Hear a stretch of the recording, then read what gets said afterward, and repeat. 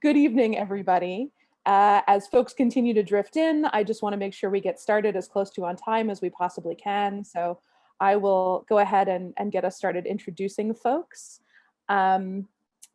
So welcome to this conversation from the front line at Congregation Sherith Israel.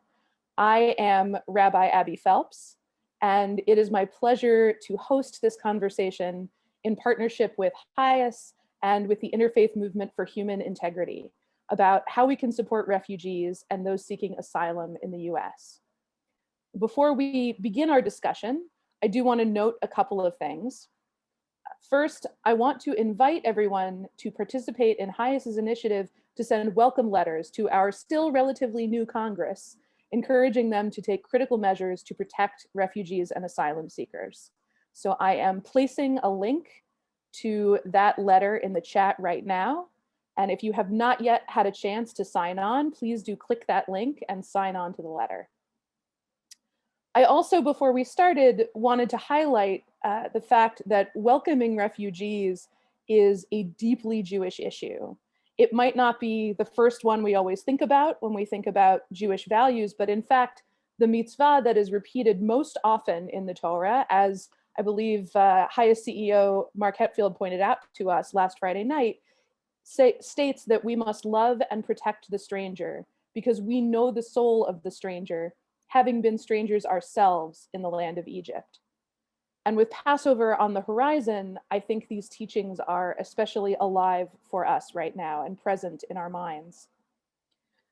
Also, Sherith Israel is officially a sanctuary congregation. So we in this community have a particular obligation to host events like these, to educate ourselves, and to do what we can to advance the rights and the well-being of all those who are in need of refuge. So on behalf of Congregation Sherith Israel, I thank you for joining us for this important conversation this evening. And without further ado, I would like to introduce Karen Alschuler, who is the co-chair of our Social Action Committee, who will in turn introduce our panelists.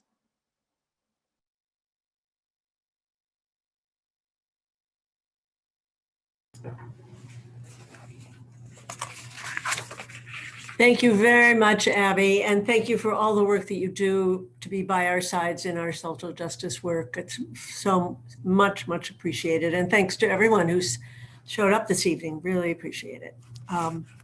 We have got a timely topic for this conversation from the front line, that's for sure. So I am Karen Alschuler. I'm co-chair with Stacy Passman, who's here tonight, also of the Sherith Israel Social Action Committee, and the moderator for this evening. With two wonderful people. The members of our social justice supporters work really every day in a dozen different ways to provide a path to action for the congregation, and especially for our committed supporters, numbering about 100 at present time. Maybe there'll be more at the end of this meeting. And to see where we and they might go next as a sanctuary congregation. At the core of our work, we work in solidarity and stand side by side with asylum seekers and refugees to achieve their goals, seeking self-sufficiency, dignity, safety, and joy as they define it. We've realized from the very beginning of this age of our work that without a doubt we can be stronger together and in partnership. And we've had some fantastic partners. You all know within the Sherith Israel community about Faith in Action, with whom we started this work many years ago and continue. The Religious Action Center of California, of Reform Judaism in California, is a partner, a long-term partner. But in the last several years, the Interfaith Movement for Human Integrity has become a key partner to us in many different ways, and you'll hear about that from Deborah tonight. Most recently, though, I want to note that we're working side by side with the Episcopal Church of St. Mary the Virgin. It's a fantastic group. And we are a Nueva Esperanza Accompaniment Team, which is a neat team led and trained by the Interfaith Movement. And you'll hear more about that, I'm sure, this evening. This morning, in the monthly regional collaboration meeting led by the Interfaith Movement, it became absolutely clear that we as a society and as a social action team are in a 24/7 sprint to meet the imperative to open our arms to immigrants and refugees arriving at our borders and held in inhumane conditions. And 9 of such families are already on their way to the Bay Area from the Mexican border. There'll be more. We need to respond with a resettlement effort of deep humanity and dignity. So I hope all of you will want to join in that. And many of you I know are active already. So I hope we'll leave this evening with a foundation for our next stretch, a sense of the real challenges and a commitment to work ahead. And as we double again, the number of active congregants, perhaps, bringing their skills and values and renewed passion to the work. Very briefly, I'd like to introduce Deborah Lee and then Joe Goldman, who've joined us. Reverend Deborah Lee is the Executive Director of the Interfaith Movement for Human Integrity. Acting at the intersection of faith and social justice, Reverend Lee connects through her work issues of race, gender, economic justice, anti-militarism, LGBT inclusion, and immigrant rights. She's built that immigrant justice program at the Interfaith Movement to engage dozens of congregations in Northern California as sanctuary congregations and other supporters. And there are quite a number of them here this evening joining us. With the Interfaith Movement for Human Integrity, we have been for, I guess it's 4 whole years, going to monthly vigils to support individuals and causes, met and heard the stories of asylum seekers, families, children, and individuals seeking their due rights and the embrace of a larger community. And we've embraced a diverse faith community as partners, many of them. We've listened, worked, and listened again, which is one of the key parts of our work. In 2019, to deepen my own understanding and commitment, I took the opportunity to explore the root causes underlying the Central American wave of immigration, traveling to Honduras with Reverend Lee and the Share Foundation and others. Reverend Lee is the daughter of immigrants and a part of the Chinese diaspora that's taken her family through Southeast Asia, Mexico, and the United States.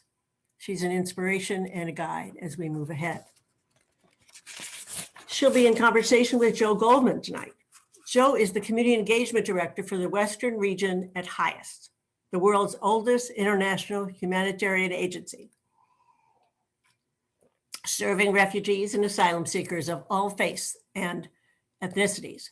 Formerly known as the Hebrew Immigrant Aid Society, helping generations of Jews to resettle, HIAS is a part of many of our Sherith Israel family stories. HIAS accomplishes its work as a major implementing partner of the United Nations Refugee Agency and the Department of State. They are revered for their success in resettlement, something sorely needed across the country and the world today, really full resettlement. Before joining HIAS, Joe worked Mazon, a Jewish Response to Hunger organization, and the San Francisco-based Jewish Community Relations Council. His charge is to mobilize activists, organizations, and lawmakers across California to ensure that displaced people are treated with the dignity they deserve. We're going to have this conversation kind of organized around 3 parts and then more open conversation, room for you to put your questions in the chat and get involved in the discussion. We're going to start with what drives the work of your organization. What are the biggest challenges? And Joe, I think, will start us off really rooting us in the realities of 2021 and how we discuss these issues. So Joe, are you there? Yes, I'm here. Thank you so Great. much, Karen. And thank you to everyone at Share Israel. As Karen mentioned, I had worked at the JCRC in San Francisco. In fact, I had worked with Reverend Lee over the years as well. So it's wonderful to be back. And I actually spoke at Share Israel in December of 2019, right before the pandemic struck. So you were one of my last big events, and it's wonderful to be able to reconnect with all of you. And so to really get started, I really wanted to kind of reframe a little, build on what Karen shared about HIAS, and also go into some facts and definitions, because I think it will help us understand what the challenges are moving forward. And so, as Karen mentioned, HIAS is the world's oldest and only Jewish international humanitarian organization providing services to refugees and asylum seekers. We were established in the late 1800s as the Hebrew Immigrant Aid Society. And we weren't just helping folks who were fleeing pogroms in the Holocaust, but also revolutions, expulsions from throughout the Middle East and North Africa, and basically from the United States to Israel to throughout Latin America to the EU. You will find that HIAS has helped resettle over 4.5 million people as they've escaped persecution. Welcome the stranger appears in the Torah 36 times, more than any other commandment. And again, while we are working with Jewish populations that are in harm's way, and there are, particularly in Venezuela and Iran, we apply our expertise globally. We resettled refugees because they were Jewish, and now we resettle refugees because we are Jewish. That is something that I think everyone who is Jewish on this call can appreciate, and our non-Jewish friends, that is a very common thread for a huge part of our community. And so, going into some basic facts and definitions, I think could be really helpful to get us onto some of the same page, because we're dealing with an enormously complex immigration system that, you know, both HIAS and my work there, as well as all the work that Reverend Lee does, touches upon. A refugee is someone who is forced to flee their country, who has a well-founded fear of persecution for reasons of race, religion, nationality, political opinion, or membership in a particular social group like LGBTQ people.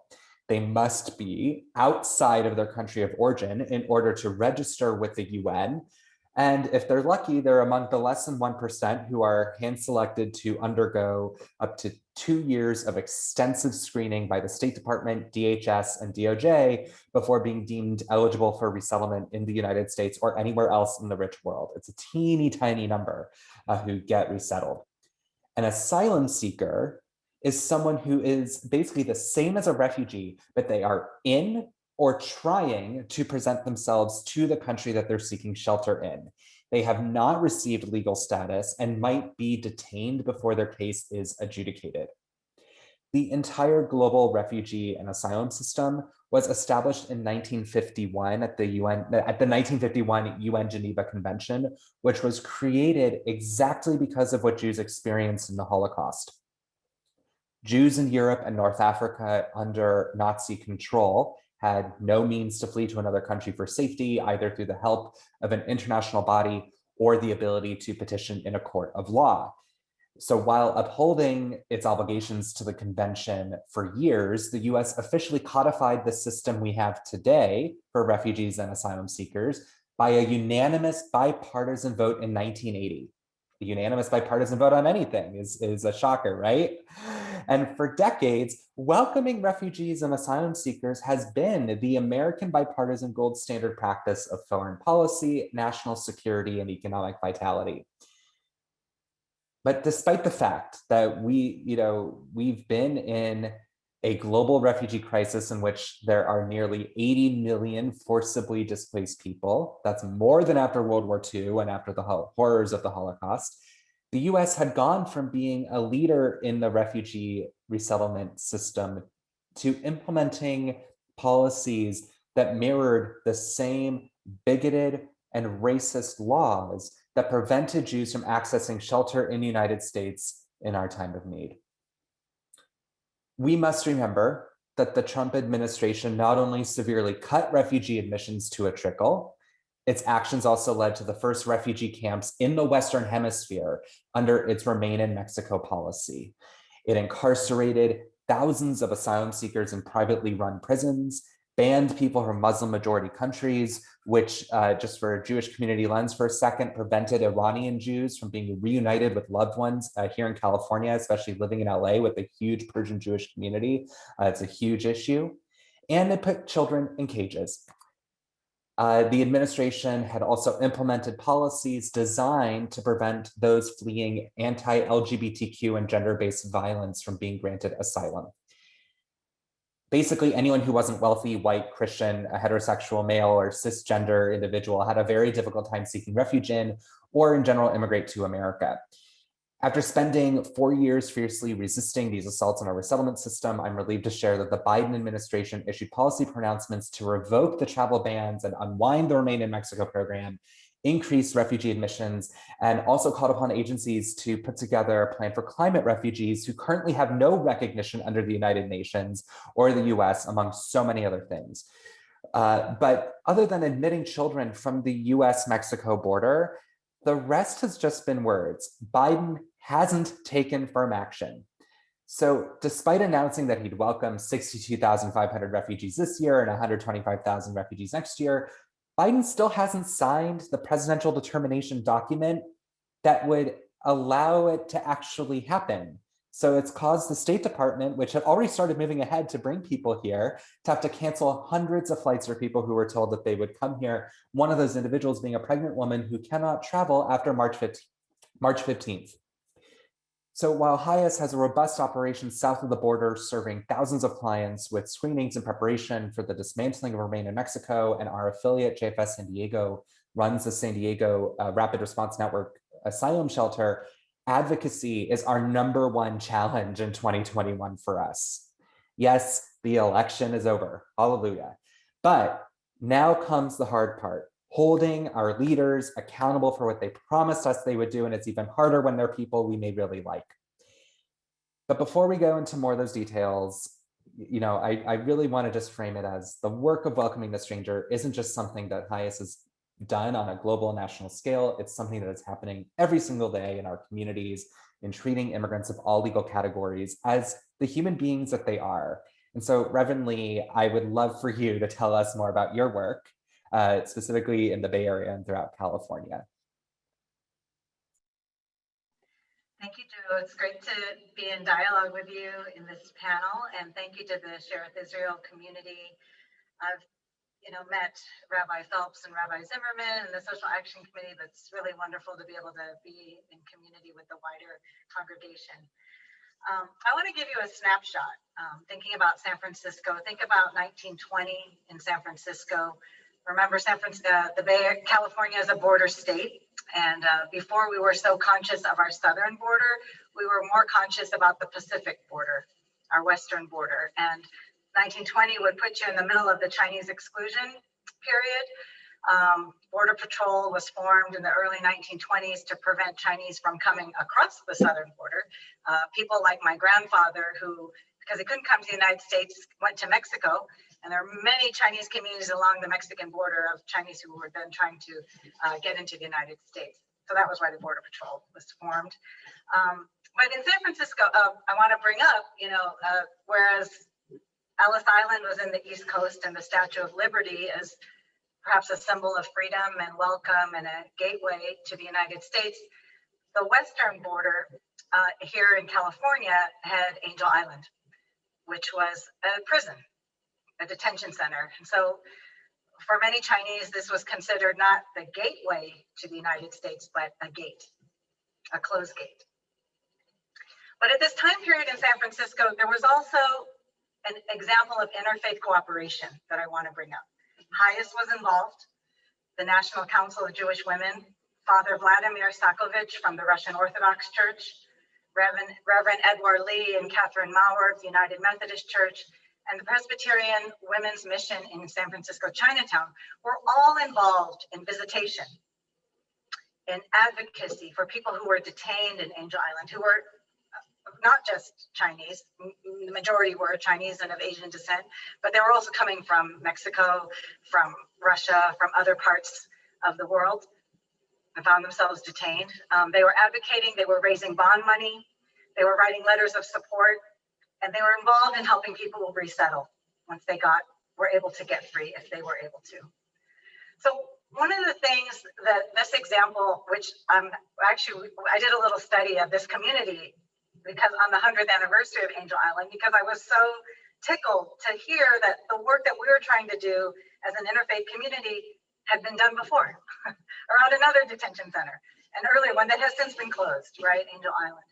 And thinking about what could we be doing differently? What could we be doing more of? Or maybe we could have been bolder as they had been as well. So I was thinking about what drives the work that we do that I think connects back to this period in time. And one is around shared values, that there are strands of our many different faith traditions that share common sets of beliefs, the sacredness of each person, treating the stranger as our own, compassion, empathy, and fair treatment. But also this idea that we're not just individuals. We are in a very individualistic society, this United States. But something about our faith values call us into something about that we're more than individuals, that actually we have a shared responsibility as a community and as a society to those most vulnerable. And we have shared humanity, regardless of race, religion, gender, ability, national origin, or even the worst mistakes, because mistakes are part of being human. The other thing that drives the work that we do is about collaboration. We believe that there's something powerful that happens when we come together across religious groups to morally respond together, to answer the question in our time of what does it mean to morally respond. And through the process, we have the joy of getting to know each other's religions and probably our own a lot better. But that collaboration of coming together is part of the faith community's moral voice and the unique power that we bring, both material power as faith communities, spiritual power, and moral as well, to contribute to the larger society. Oh my gosh, there's so much about the faith community and its involvement. And I think what Reverend Lee was really getting to is we are now witnessing a moment, not that different from what California went through just, roughly 25, 30 years ago, which is, really going through the political turmoil that comes with going through demographic change. And, and I think that the political consequences of it, we're seeing. There's one of the things we often talk about at HIAS is really not being afraid to call it the white nationalism that is one of our most common challenges. And in fact, that is something I should have included in my own challenge of what 2021 looks like, is we still have white nationalism to deal with and how it manifests itself in challenging our work. Reverend Lee, are you back? Is this better? Yes. Okay. It's good. Why don't you pick up and then you can just go into the strategies that that you're working on. Yeah. Well, I want to talk about a couple of the challenges and what we've learned. And I think, Joe, you're mentioning one, is that we can't just approach the immigration issue. We have to connect it to white nationalism and white supremacy and the underlying racism. It's not just xenophobia. It's not just fear of foreigners, but there is this thing around who can be here in this country, who can be a full member of our society, who can be fully human, because it relates to this question of for whom and how was this nation founded. So the immigration system, we also have learned, is connected, not just how we treat people coming in, but it's connected to how are people already here, people of color already in this country treated, who can belong, who can be treated with dignity and respect. And understanding that that this is part of a process of criminalizing people of color. So criminalizing immigration, criminalizing the right to migrate, Chinese at one time were criminalized. We had to carry papers, and I've seen people who've come with papers to SFO with visas and paperwork who are non-white, who are suspect and still detained. So what I want to just get to the Biden administration and what the challenges are that we're being faced with. I want to ask, will the possibilities that we have right now make a difference for millions of undocumented people who have been living in limbo as second-class citizens for the last 35 years since we had the last legalization plan?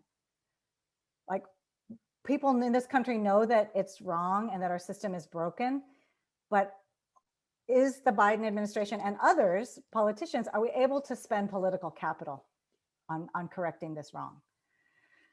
Will it make a difference for someone like Hugo, who's a father, age 43, who came into this country as a 16-year-old? He's been a carpenter and built apartment buildings and shopping complexes in San Francisco every day since he was 16 and came to this country.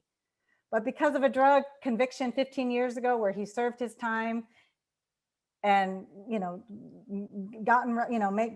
served his time and been released, been living with his family, he's been ordered deported 2 months from today. His whole family is here. So do we have a system that would protect someone like Hugo? Does it show understanding and forgiveness? And ask the question of how would deportation help him, help his family, or help anybody in this situation? I think our current challenge is how can we move to an immigration system that's rooted in a framework of help and support, kind of like our refugee system is, versus one that's rooted in exclusion and punishment.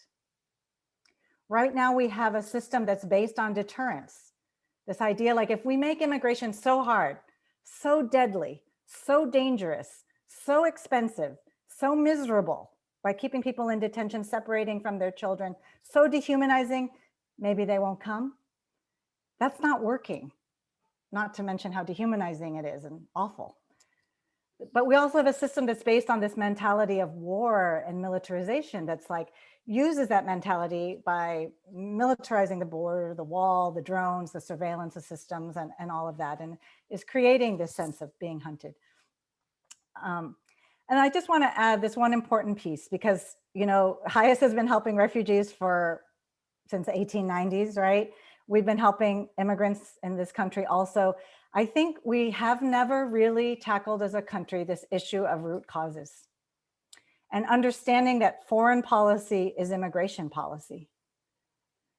And that immigration doesn't just start when people show up at the border, but it goes far back beyond that when people make the decisions of why they have to leave.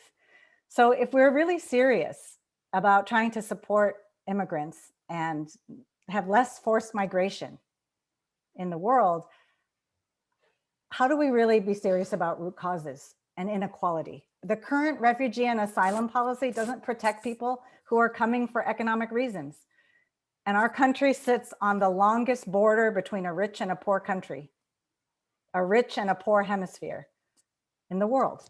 So what do we expect to happen when we have so much inequality between countries?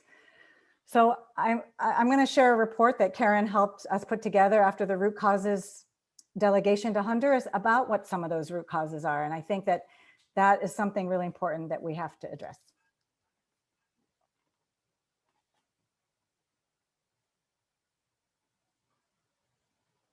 You're on mute. Karen, you're muted.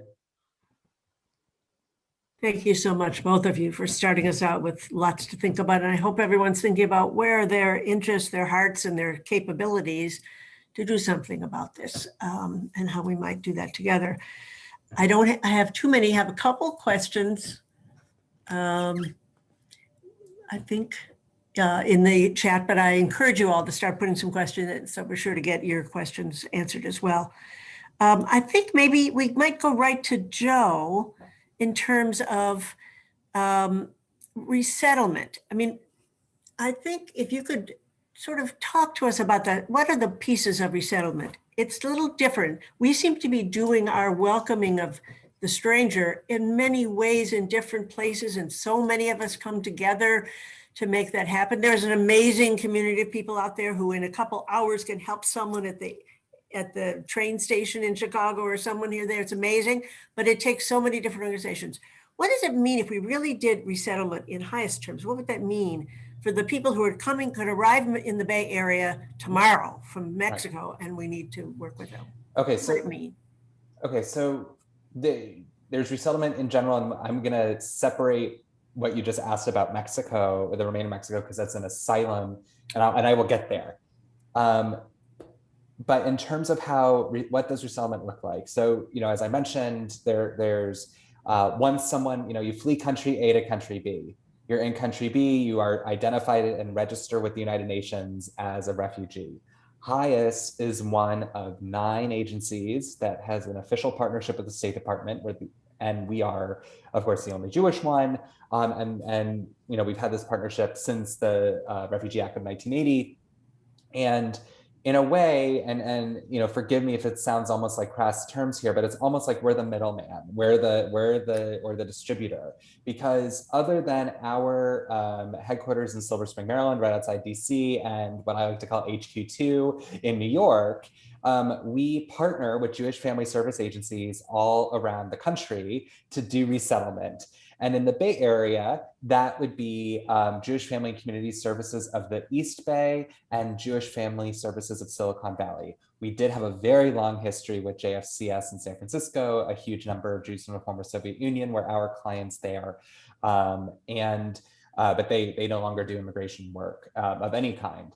At JFCS East Bay and at JFS Silicon Valley, they both have refugee-specific resettlement programs. And in those programs, they help with everything from getting housing, from workforce development training, ESL classes, getting their kids enrolled in school, getting enrolled in SNAP, food stamps, really getting these people set up. And a lot of the things that you're all very familiar with when you think about resettling in a new country. What are all the things that go into this? And the case management is funded by it's a partnership between what HIAS raises and also what the federal government will pay. And it's a whole fusion of public-private partnership before public-private partnership was a sexy term. And when it comes to asylum seekers, where it's very complicated is if they are an asylum seeker, so their case is being adjudicated, like we don't know what, if they're going to be granted legal status in this country, it is all reliant on volunteers and the private sector. And that's where the faith communities are extremely important and really powerful in making a difference in these lives, because these are people who, they can't get they oftentimes can't get the ability to work. Sometimes courts will say, okay, we'll give you a work permit, but in a year, it's just some ridiculous patterns. And then again, going to what Reverend Lee was discussing, just how punitive it is. And I just got a message. I want to thank an individual sharing that JFCS actually is doing some immigration work. So this is very helpful for me to know. I do not want to spread any misinformation, especially right now. And so I am very grateful that I have been corrected. But the overarching, challenges that we have then for a lot of asylum work, and this is actually an apropos connection to what JFCS may be doing, and certainly what you see at JFCS East Bay, JFS Silicon Valley does not offer this, at least not yet, is you do see agencies providing the legal aid, the legal representation, and doing all of that work. And that is a huge, the need for pro bono support is enormous, because if you are not guaranteed the right to an attorney when you are going before immigration court. Immigration courts are not under the same jurisdiction as the rest of the courts in this country. It is under direct control of the DOJ. And so it's become hyper politicized, and they are under completely different rules. Asylum seekers are exponentially more likely to be granted asylum. I think it's like 5 times more likely or something like that if they have an attorney present. So any pro bono support that you can provide, even if it's, and HIAS now has a national network where we're doing this. We're also doing a lot of pro bono work on appeals, because a lot of this work doesn't even require you to physically be at the detention center, especially with appeals, to prevent deportation. So it's a real challenge. And I'll close with one last point, because it gets to legislation we're working on, which is we are working on a bill, AB 1368 here in California, which would make California the first state to fund case management for asylees. Because once you're granted asylum, you are entitled to all the same services and support that a refugee also gets upon arrival. Many asylees end up not needing as many of those services because they've been living here for a long time, and they're already they already have a support system. They have places to live. They're in school, whatever. But by funding case management support from these agencies, it actually will save the state a lot of money, because it gets people enrolled in Medicaid. It gets the most vulnerable asylees some of the very basic needs, the coverage and support that they need to survive. And it ultimately saves our governments a lot of money by investing in that. And so the advocacy behind that is where we need support. Deborah, I wonder if you want to jump in and maybe talk to us about the sort of the extremes of action we can take. I mean, there's the action like a NEAT program and what that is as a model. It kind of runs along with what Joe was saying. At the same time, the most important immediate advocacy issues that we're facing and things that, you know, need support at the federal and state governments. Are there a couple stories you could tell or examples? Well, I think I want to just say that the work of accompaniment is really important. And we call it accompaniment teams, which is walking side by side, people who are newly arrived, often seeking asylum, but as Joe mentioned, without any support, without the right to work above the table, without any housing support, I mean, with nothing. And I think the faith communities we've organized, we've asked them to step into that gap and in a way are providing some kind of volunteer case management of really basic things, just helping people navigate as best as they can through that process, through that legal process, so they can survive, have a stable place to live, so they can show up to their appointments and hopefully win their case. I do want to say, like, it's tough to pin all of our hopes in the asylum process, because like for a country like Honduras, the asylum denial rate is 87%. Denial. So I think the advocacy is really important that Joe was talking about. Like, one, we need to be advocating for infrastructure support, to providing asylum seekers case management support, you know, professional case management support, because part of that asylum rate is, you know, 20% of people don't have a lawyer. You're not going to win without an attorney. The other piece is around how do we broaden our understanding of asylum and refugees categories, so that we can modernize it, because we're in a far past World War II, and there's many other reasons why people are forced to flee that are currently recognized in the law. So I think that the accompaniment work that congregations like Sherith Israel has been part of and others is part of our belief that the roll up your sleeves kind of work of getting to know somebody and getting to know a real person helps us get beyond just the head and to the heart level of expanding our notions of family and the circle of care, of like we often don't know what we don't know, but putting ourselves in a situation of walking alongside people in a very different situation exposes us to this system that we're actually supporting with our tax dollars and what that reality is like. So that's one thing. I think the accompaniment both of newcomer arrivals, but we also accompany people who are in detention, who 85% of people in detention have no access to attorneys, not represented. It's very difficult to make a phone call to find a pro bono attorney who will do a detention case. It costs so much in terms of resources and time. Most groups won't even take that kind of a case.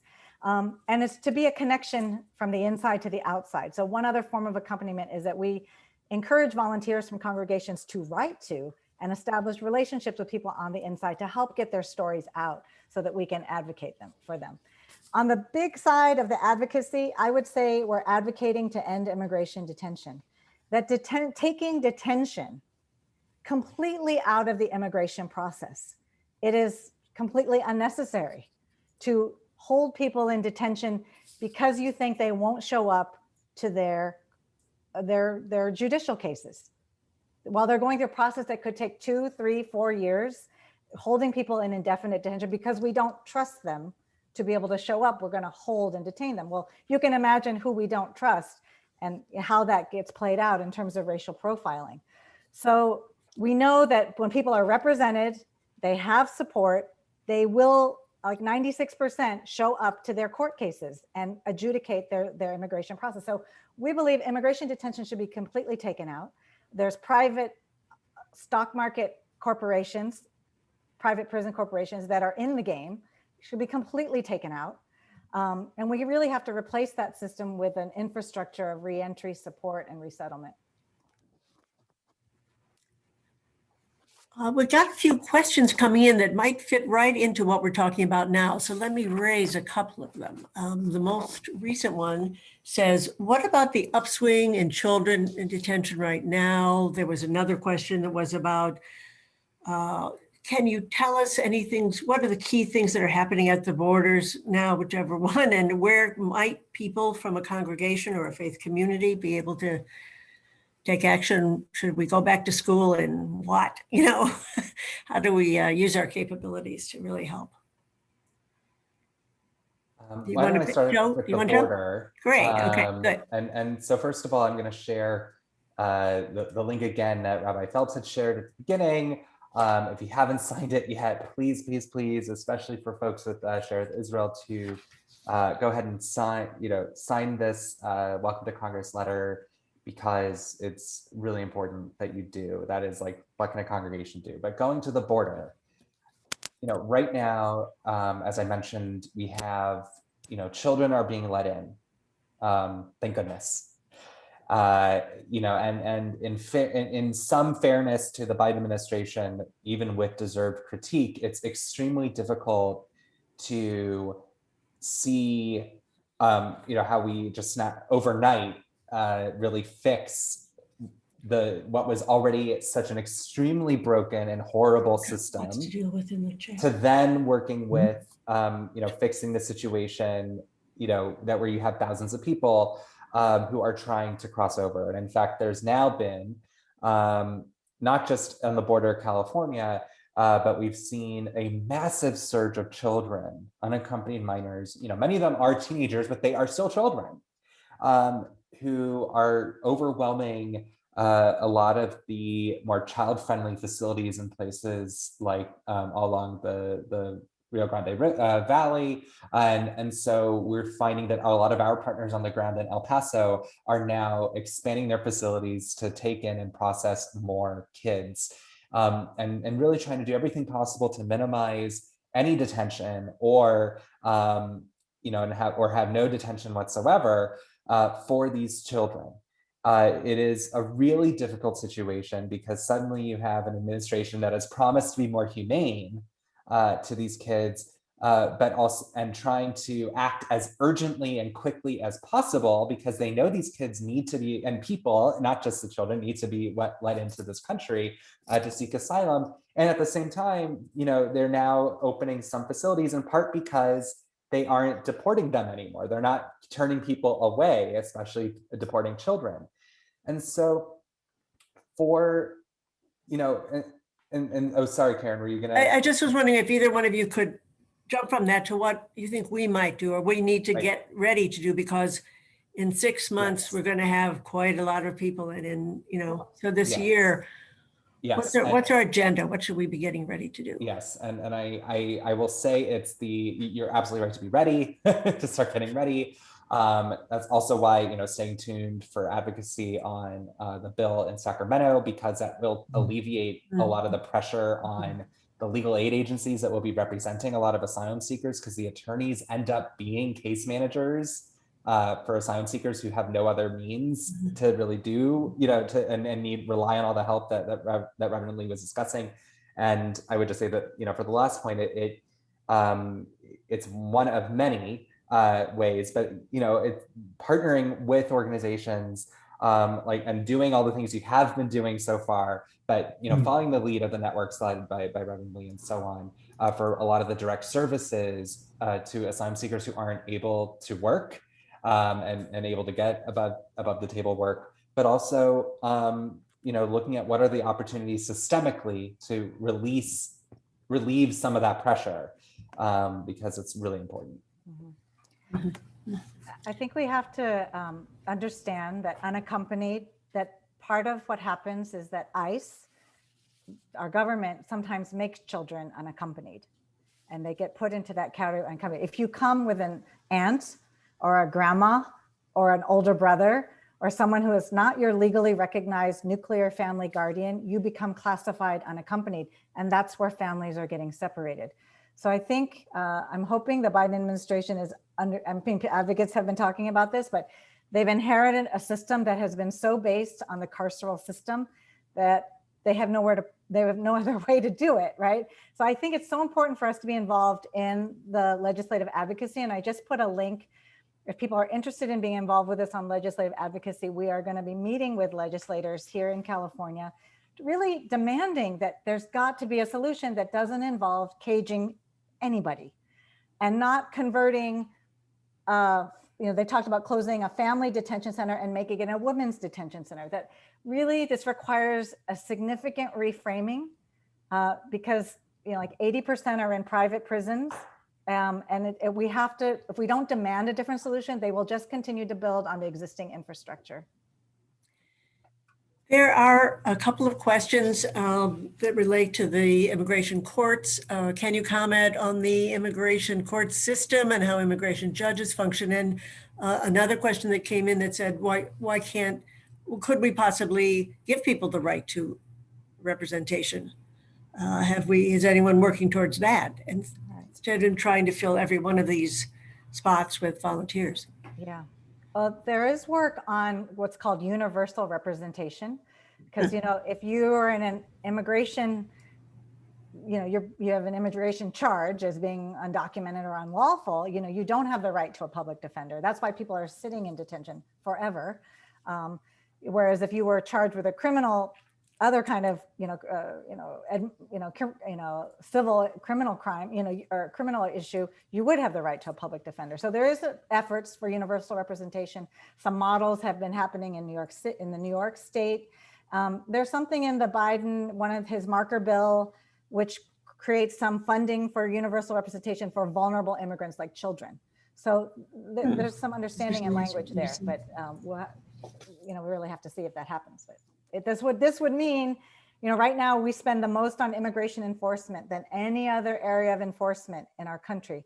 This would mean a redirection of money towards things like that, towards getting more judges so that people are not stuck in the process for so long. It would mean getting attorneys, funding attorneys and representation for people. So this is what the redirection of funds, the refunding and redirection of funds that's so desperately needed.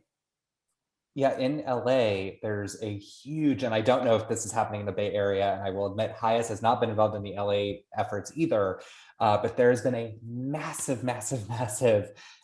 infrastructure being put in place that is a partnership between LA County, which has 10 million people, the city of LA, which is 4 million people, and philanthropy in having a huge influx in immigration defense, essentially, because a lot of it is, we're dealing with people who are basically criminalized, and working to represent, and impacting hundreds of thousands of residents. And it's a really incredible effort to see, and it's really borne great impact on, on the path to, it's very haphazard, but it is leading to more legalization for more people because they're actually getting represented and presenting their stories in a way that the courts are hearing it in a way that they actually are looking to hear the story.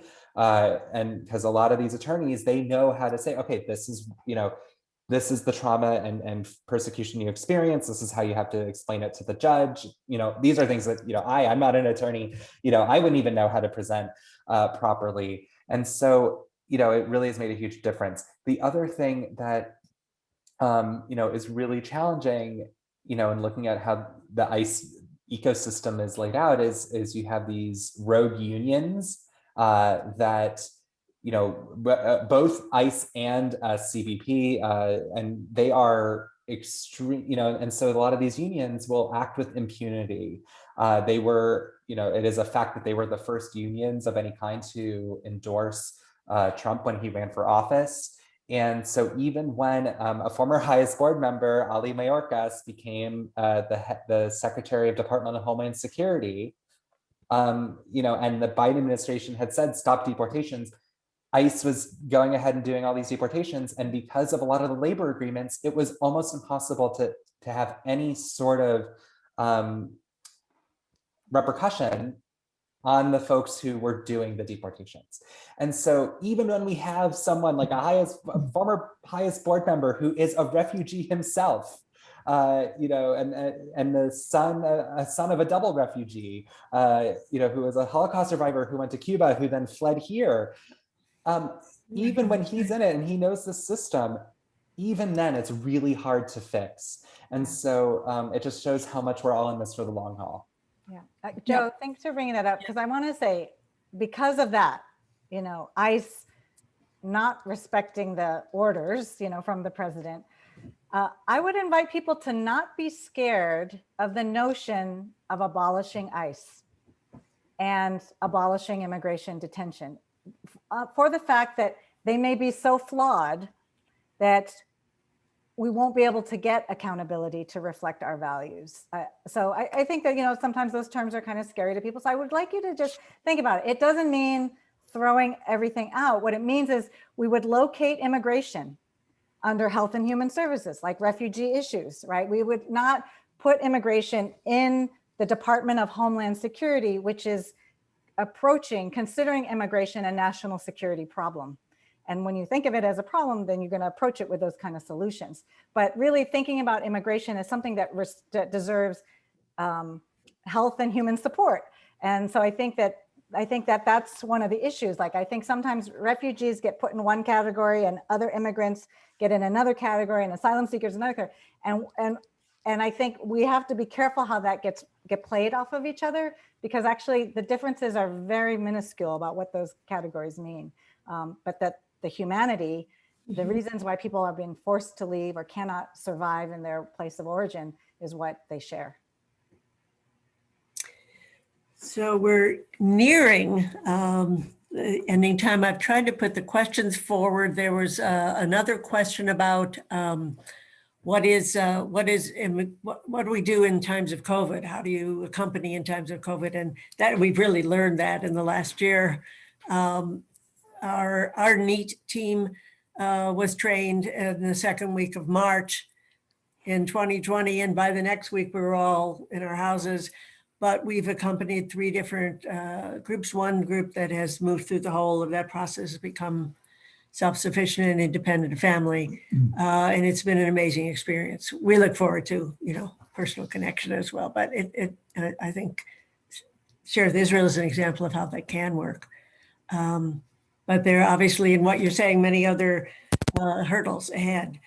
Is there anything more you want to say? And I'll have a few words to say at the end as well.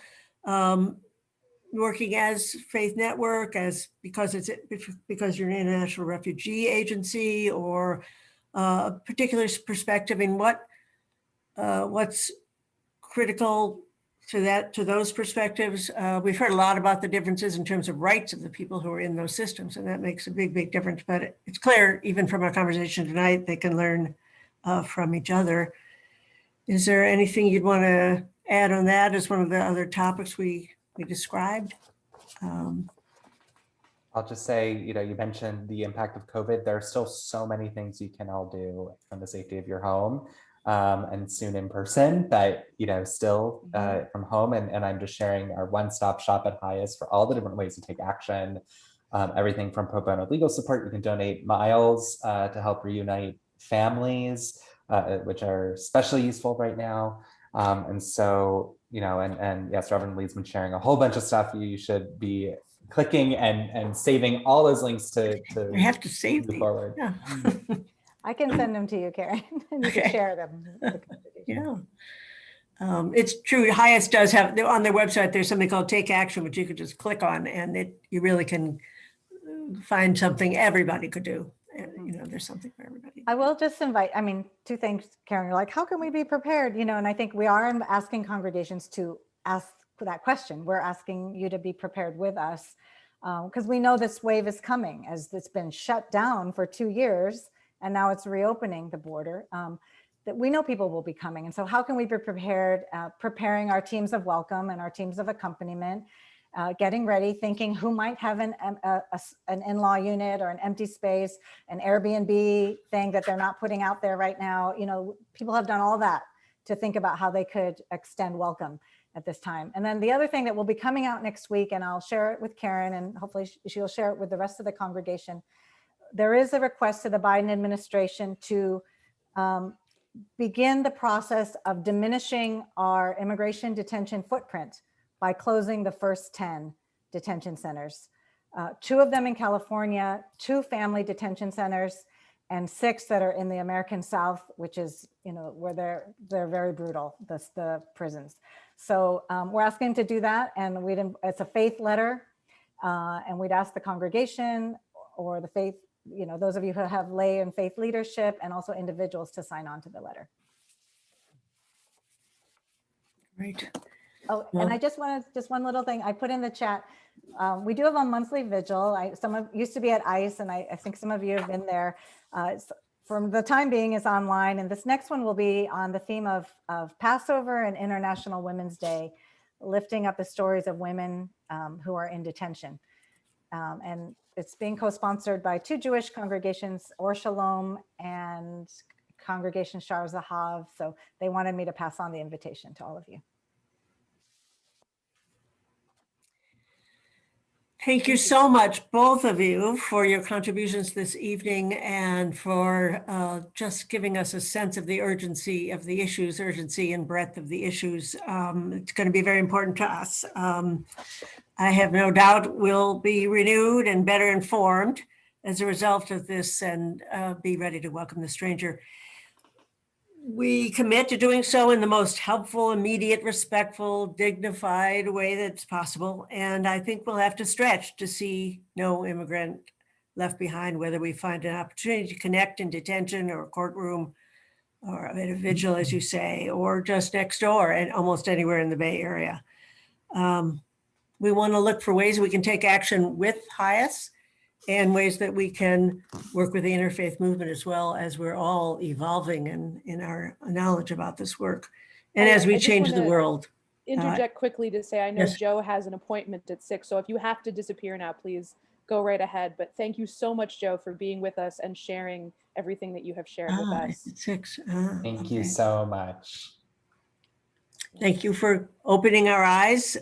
We need to go into this with our eyes wide open to face the realities of a very broken system. We've heard from many perspectives tonight, and get ready for the sprint of service that there's no question is almost immediately in front of us, and to hold feet to the fire at the federal and the state level for systemic change, and not just correcting what really was wrong, but going deep into the system to make that change. There's so many recommendations of things in the chat. I hope there's a way to save those from everybody. And we will convene again to see where we want to go. Lots of decisions to be made soon about filling the needs for many new people coming to the Bay Area. So, indeed. Well, thank you all so much. Thank you so much, Reverend Lee, for being with us, for sharing your experience and your expertise with us and inspiring us to get more involved in this issue. Thanks again to Joe, of course, who has had to run because he's in high demand because he works very hard on these issues. And thank you, Karen. Karen has really spearheaded a lot of our efforts around supporting immigrants and refugees and has been doing incredible work on behalf of the congregation, as have quite a lot of people involved in the Social Action Committee. And if you'd like to be more involved, you are most welcome.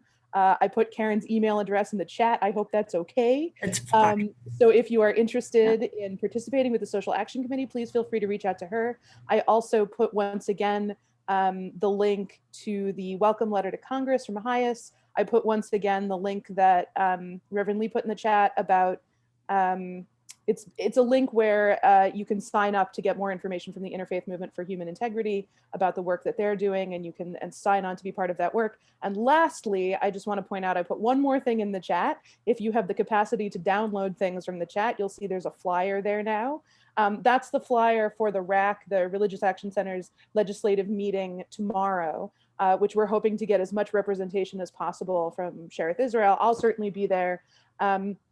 And it's a meeting where we'll be talking about the reform movement's legislative priorities in the coming months. So not directly related to this, but certainly aligned spiritually in terms of trying to do social justice work on behalf of the reform movement and on behalf of people everywhere. So thank you all so much for this wonderful, informative program. And we wish everyone an excellent evening. Thank you, Abby. Thank you, Deborah and Joe.